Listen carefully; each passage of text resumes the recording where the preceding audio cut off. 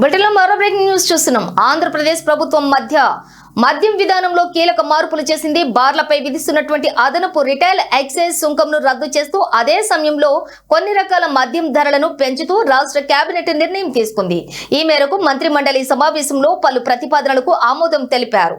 తాజా నిర్ణయం ప్రకారం సామాన్యులు ఎక్కువగా వినియోగించే 99 ఎంఆర్పీ క్వార్టర్ బాటిళ్లు, బీర్లు, వైన్, రెడీ టు డ్రింక్స్ ధరల్లో ఎలాంటి మార్పు ఉండదు. వీటిని మినహాయించి మిగతా అన్ని సైజుల మద్యం బాటిళ్లు ఎంఆర్పీపై 10 రూపాయలు పెంచాలని ప్రభుత్వం నిర్ణయించింది. మద్యం షాపులు, బార్ల మధ్య దిగుమతి ధరల్లో ఉన్నటువంటి వ్యత్యాసాన్ని తొలగించి ఒకే ధరకు మద్యం అమ్మేలా ఈ చర్యలు తీసుకుంటున్నట్లుగా తెలుస్తోంది.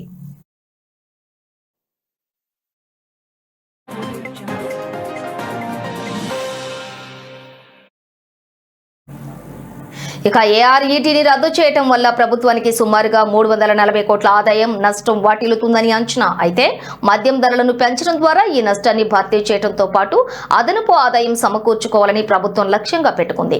ఈ మార్పులన్నింటి ద్వారా ప్రభుత్వ ఖజానాకు అదనంగా 506 కోట్ల ఆదాయం వస్తుందని అధికారులు అంచనా వేస్తున్నారు. దీంతో పాటు మద్యం షాపుల లైసెన్సులకు ఎంఆర్పీపై మార్జిన్ను 1% పెంచే ప్రతిపాదనకు కూడా కేబినెట్ ఆమోదం తెలిపింది.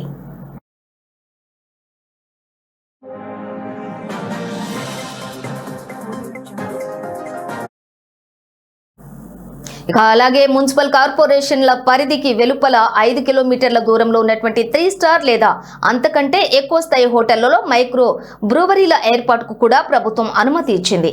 ఈ నిర్ణయాలతో రాష్ట్రంలోని మద్యం అమ్మకాల విధానంలో సమూల మార్పులు చోటు చేసుకోనున్నాయి.